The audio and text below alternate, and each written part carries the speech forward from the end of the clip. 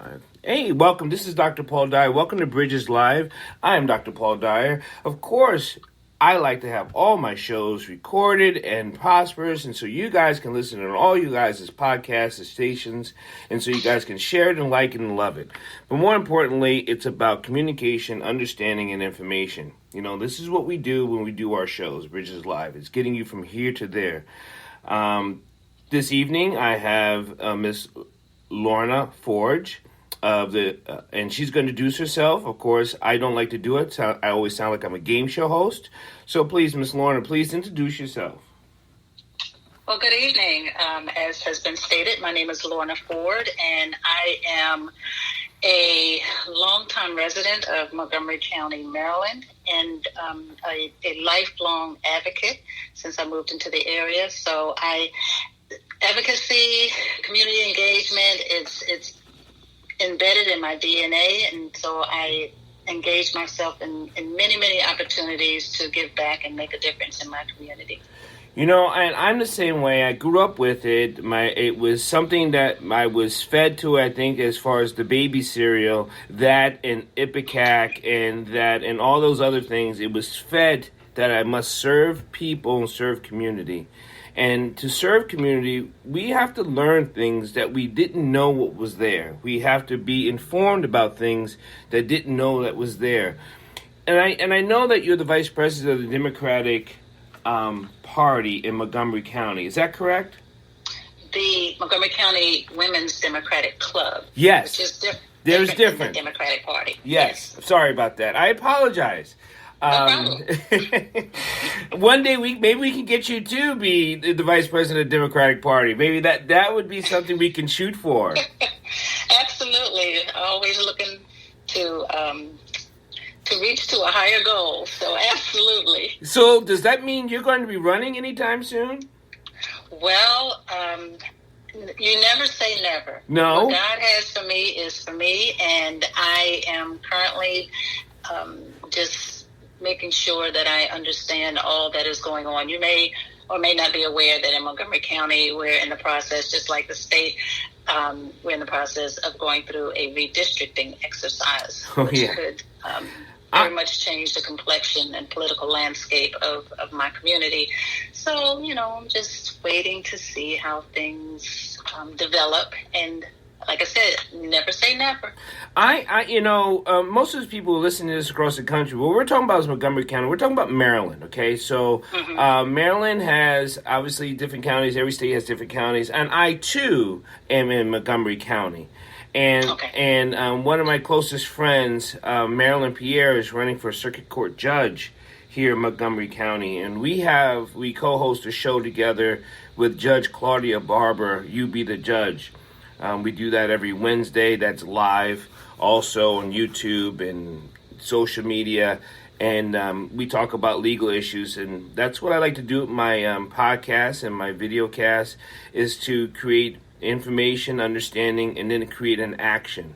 You know, when you said something about the Women's Democratic Club, I do believe there's got to be a distinction. I have helped several women around the country run for governors and senators and congressional races, and they're women. Now, I believe women need to run more without being asked, and that's always seems to be the toughest one for women, to just go run for an election or for a position in our I hate to use the word politics, because it's about serving our community, whether it be the education board, anything, park board. We need to get more women out there serving on these boards and these elections. Do you agree with that? I absolutely agree. But like in most things, when you're talking about women, we tend to, and it's a disservice to ourselves and a disservice to the value that we bring in many different disciplines, but we tend to think that we need to check off 110 of the 100 boxes that indicate whether you are quote unquote qualified or positioned or viable or ready.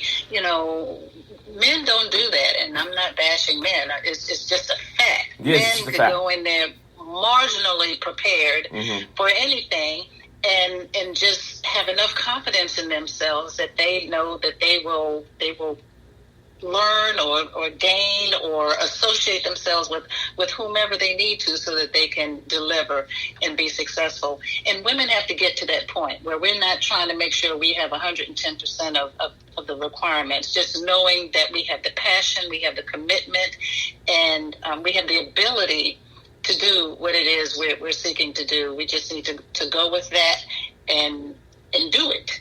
I agree with you 100%. I've been trying to actually change this climate. I'm not the only one. There's other men and people trying to change the climate of women running, and it seems arduous. It just seems so hard to do. Why?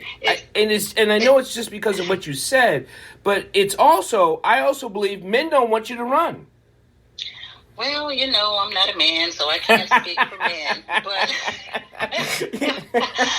I don't. If I were a man, I'd be very concerned these days, because as you can see, all across the country, actually all across the world, women are just stepping up. They are just taking off the shackles, and they're stepping up to say, I can do this, and I'm not going to let you or anyone make me believe that I'm inferior or incapable of doing what I know I can do. Now, not to say that there aren't still some obstacles and barriers. If you read statistics, women don't tend to do as well as men, even though some women are doing very well. But on average, women don't tend to do as well as men when it comes to fundraising. And fundraising is just such a critical component of anyone's campaign. But that's not stopping us either. And there are many campaign finance programs that are helping to narrow that gap. But women are just deciding to go for it. We've got a history of all the things women do simultaneously. So why on earth would we think that we can't do this as well? I'm a proponent of being raised by a single black woman, and she was just my champion, and she was such an amazing woman. And the things that I was taught, being brought up in the 60s and 70s, and I'm a Shirley Chisholm absolute fan, right? So I've always had this charge that this balance of egotism or this machoism has actually corrupted us in so many ways that it has taken the life out of us. We call Mother Earth Mother, but yet we destroy her. We call many things Mother, but yet we destroy her. And you use an incredible term, shackles. The shackles are coming off, and that's intentional. I hope you said it intentionally, because for you to use the word shackle, that means it was once put on. So it does have to come. It does have to come off. I am an African American woman, and I have the legacy. I am the legacy of my daughters and my parents. I'm trying to follow through with their legacy, and we know the history of the difficulties and the challenges that we have faced over hundreds of years. So in many disciplines, and now as we're talking about running for office, who would have thought we'd have an African American woman as in this second highest office of the land? Who would have thought it? But we're just standing firm and flat footed and totally and completely faithful that we can do this. And there's been years of oppression. So yes, there are shackles that we are releasing, shackles, figuratively speaking, because it really, a lot of it starts with your thinking. Do you think? Well, there are some physical things that still impede us. A lot of it has to do with your mental capacity to grasp that you can do, like Barack Obama said, yes, we can do this. We can, if we stick together, if we do things together. And if we don't shy away from knowing our worth and our value, we most certainly can do all these things. And so, yes, it's a form of releasing shackles. So when we talk about sticking together, and when you say sticking together, it seems to be when a woman runs, and I just know this from being inside women camps, that women reporters are the most egregious into what they say about a woman running. It's absolutely like, what is going on? I mean, you don't have to be favorite. You don't have to be so, but to be so, wow. It's I don't even want to curse on my own show, but come on, you got. It's always the B word when it comes to some things. It is horrible. It's something that we really need to work on. We can sometimes be our own worst enemy when we should be, the greatest supporter. We should be lifting up the queens and supporting the queens, and there's enough space and opportunity for everyone to excel. Absolutely. But we definitely have work to do in that area. I want to get to, I'll talk about the next generation that's coming up behind us, but sometimes I don't really want to talk about the next generation because we have so much work to do right now. Now, not just Montgomery, but the nation as you see as a whole, what is our next steps that we can do as women and then as we can do as people? What do you see that next? Or that focus? I think we need to broaden our aperture of what is fair and reasonable and equitable. We need to understand issues. I find that a lot of times we don't get engaged because we don't really understand the issues, and it needs to be incumbent upon ourselves to just do the research, understand the issues. Wait a minute, you talk about reading? You're not talking about reading, are you? You're not, because if you're talking about scrolling or liking, I can agree. But if you're talking about reading, you lost me. I know. But we just have to do that if we want to move forward together as a people. Yeah. We need to make sure that we have a firm grasp of what the issues are, because if you don't know what you don't know and you're not even trying to know, then you'll never get any further than where you are. So as a people, we need to get together, come together, and collaborate with other individuals or organizations that can heighten awareness about issues. Participate in organizations as a member or a volunteer so that you can really truly understand what's going on and what the impact is to you and your community. Because the better individuals understand how certain things impact their quality of life, then the more engaged they will become. And right now, we've got a ways to go to get people to that level. When we talk about understanding issues, and there are many facets to issues, but I think it all starts to me that I don't think people actually know the Declaration of Independence. I don't think people actually know their Constitution, and I don't think they understand that when we started these issues, we had to secure our rights and our natural rights. We had to understand that our rights was created for our lives to be lived, not to be controlled. So if it's hard to understand, if people don't understand what you call natural rights and constituted rights. Right. It's, I'm going to be totally transparent. This last election, I learned a lot myself, and I thought I was one of those who was pretty much engaged and aware and all of that. But you constantly learn about this process, and it opens your eyes as to how the cards are so often stacked against us. But it's just something that you learn, and you continue to learn. And as you continue to learn and grow, you continue to do, well, you start to do things differently than you did before. When you know better, you do better.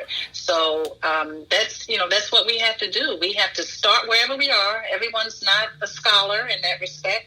So just start where you are and start to understand some things. I tried to educate my family members during this last election on many aspects of the political process. I'm telling you. And I started where they were. I didn't go too far over their head because right. they would have shut me down and they would not have listened. And it was too important for them to understand the impact of this process if they did not engage. So I started where they were and moved forward from there.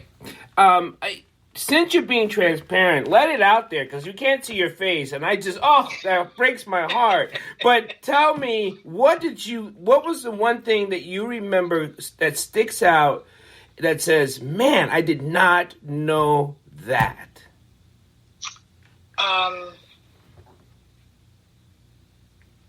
Let me see. What it had to do with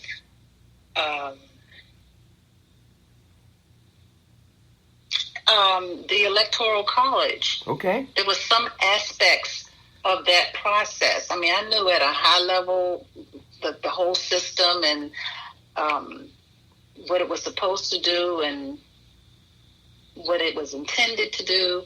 But there were some critical aspects of that process that I did not totally grasp in terms of how, if we don't really and strategically try to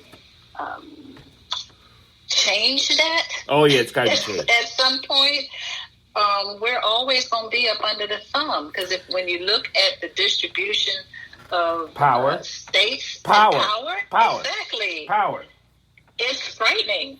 Well, and I really didn't look at the total picture from that lens before. I have not been happy, and I have not been born this long, but I have not been happy of election since Lincoln. There has not been a good election since Lincoln. I mean, Lincoln wasn't actually a good election either. It just wasn't.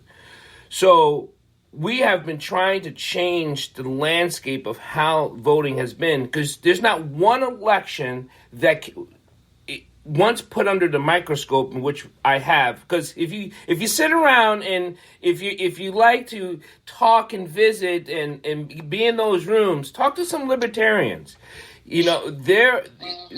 And I'm an ex-military person, so being in those certain circles around those men, really, and to be frank, those white older men who believe and say and think and lived and have worked in those circles, they know how to tear apart of a rock to plant something, to get something to grow. It's amazing what they can put on something to get something to flourish.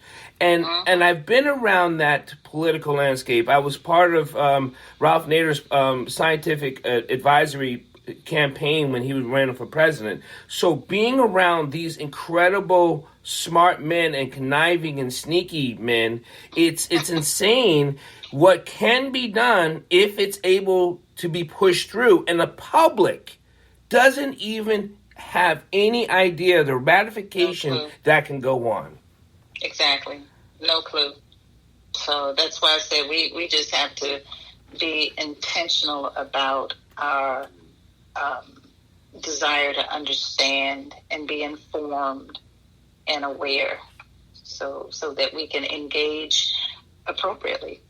We always talk about the rights of citizens should not be denied or abridged the ability to vote. But that's what people are doing in their own way. They're stopping people from voting. And they're doing it now. They used to do it on the sly by meters and changing polling stations. Now they're just outright stopping people. How do we stop that?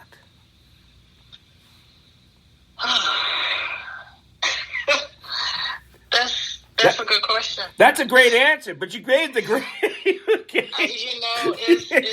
I'm just shaking my head because the fact that I have to even answer a question like that or try to answer a question like that just boggles my mind. Mm-hmm. I just cannot grasp the concept of how we treat one another the way we treat one another.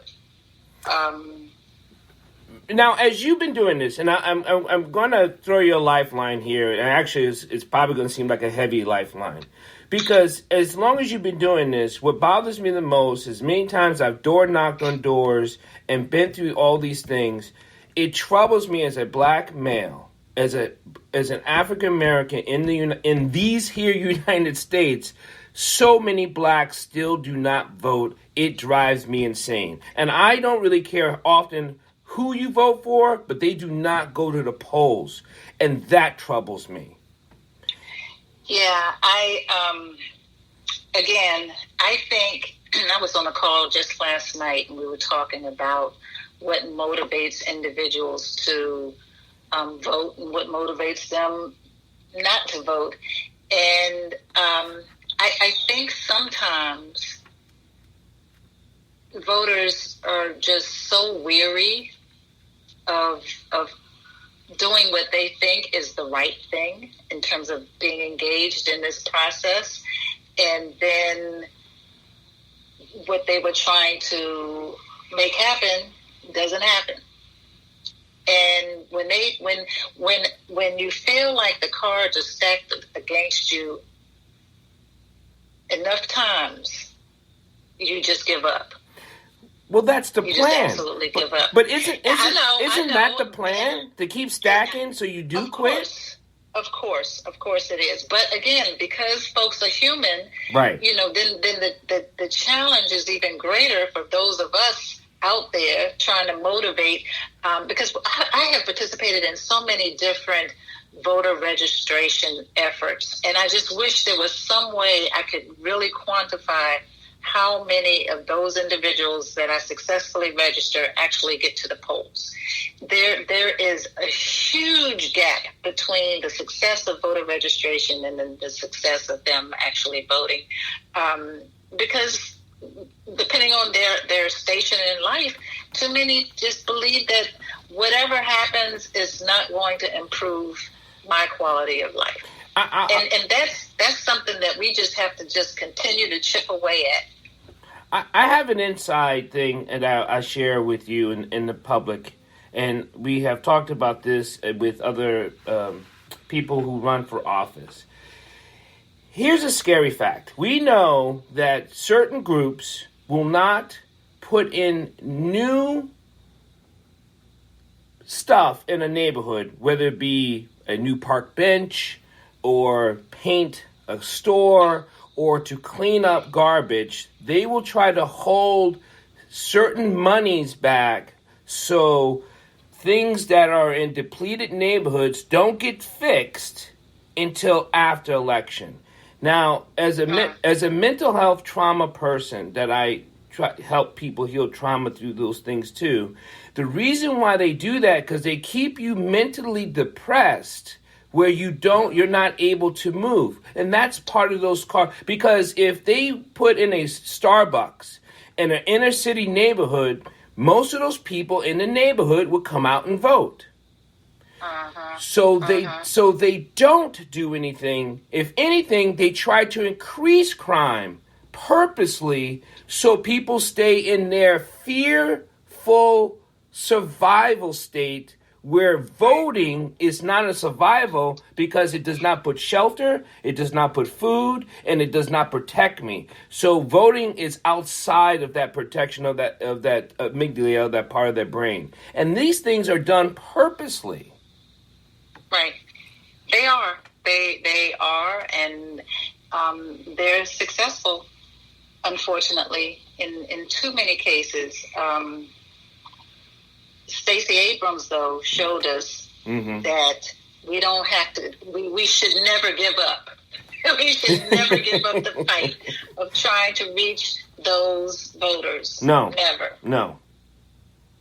And so that's what I grasp. That's what keeps me pushing and keeps me moving. You know, it has been done. It was done in a grand way, and this last election.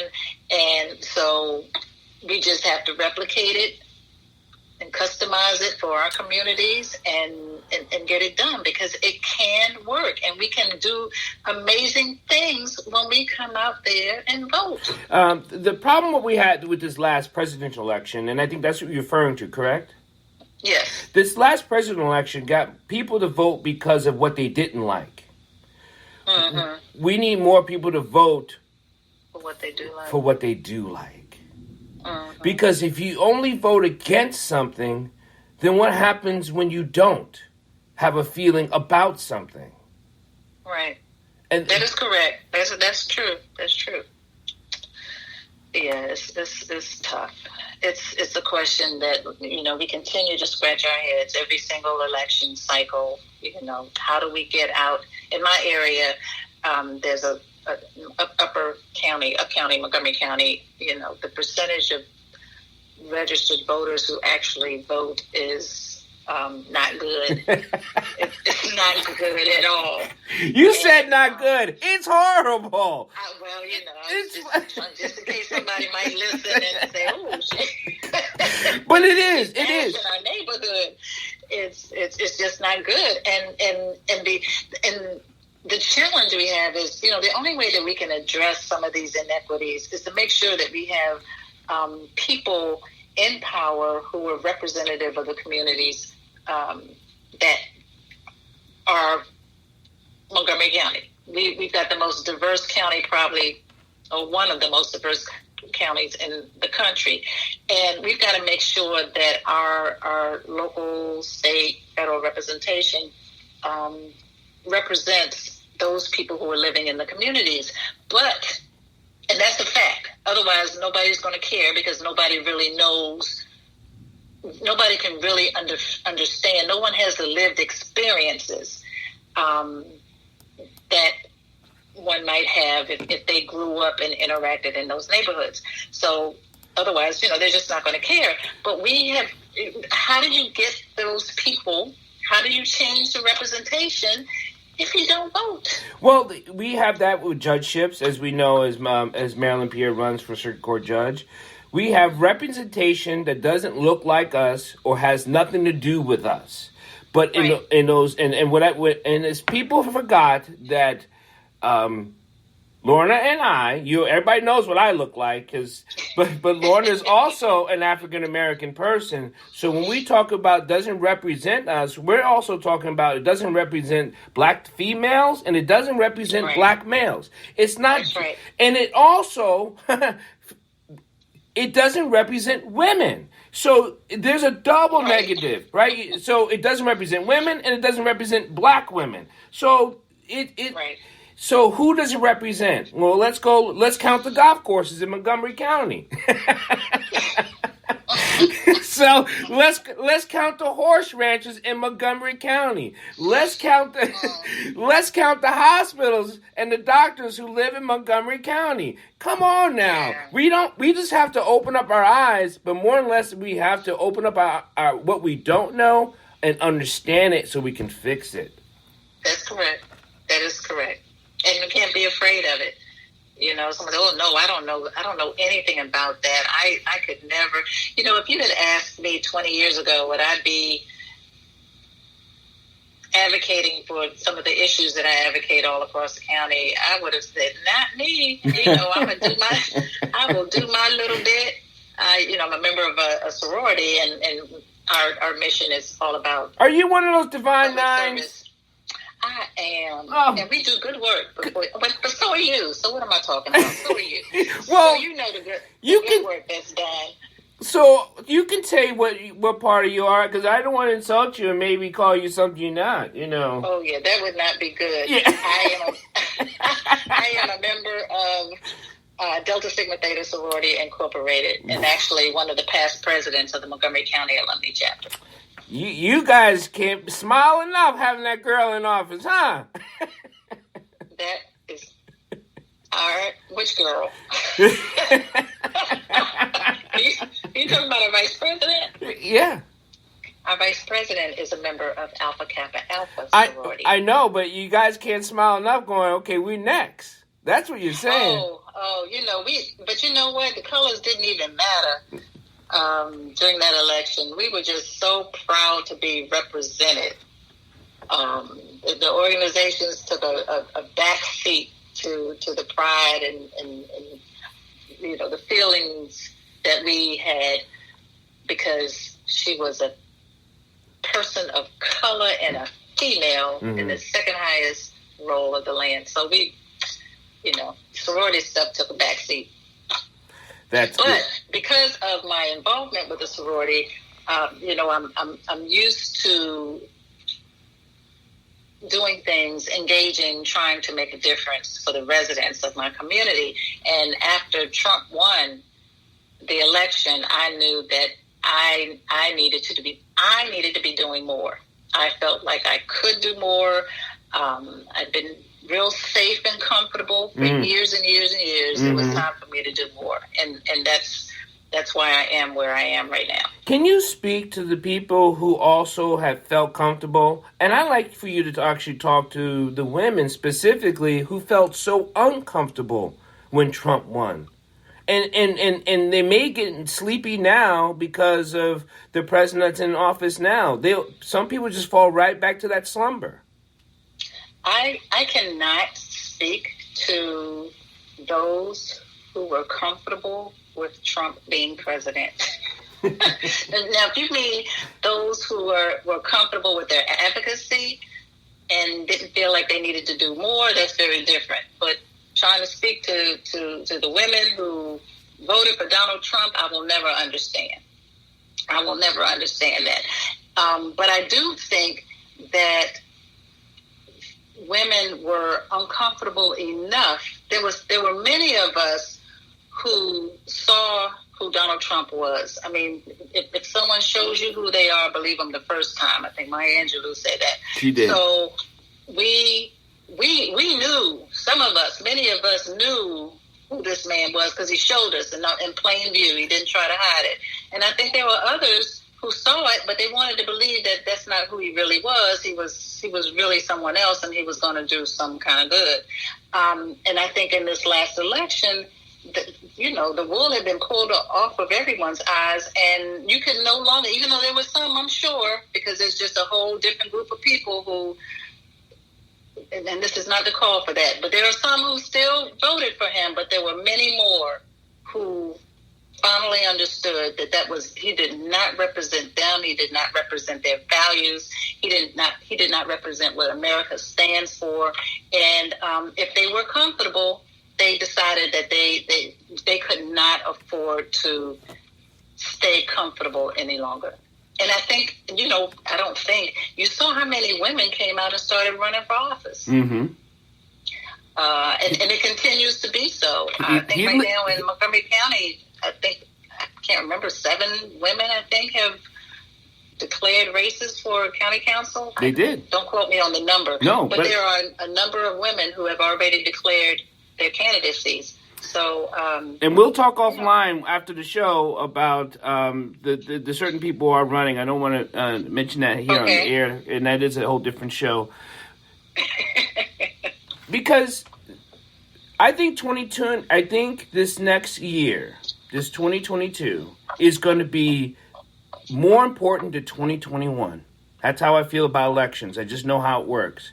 And I think 2022 is going to be, it's going to set the real work of what we have to do and need to do. And if you don't think that the opposition isn't already digging trenches, you're crazy.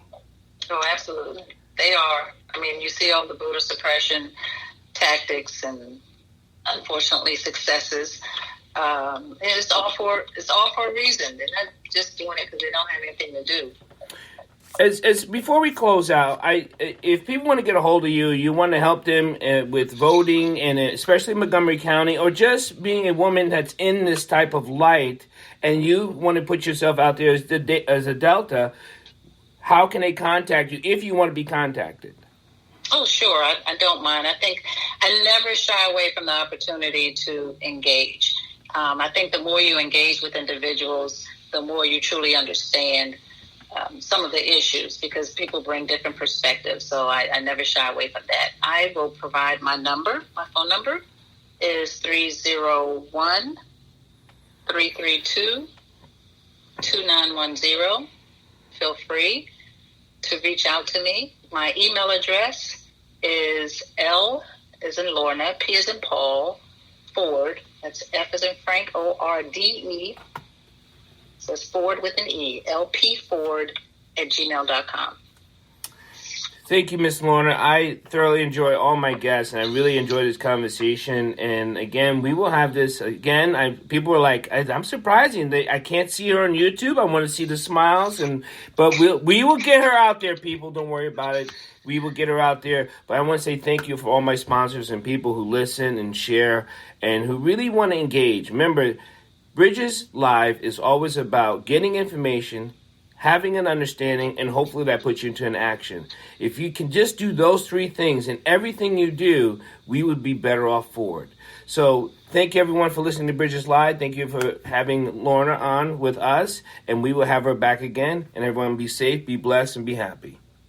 Thank you. Have a good evening.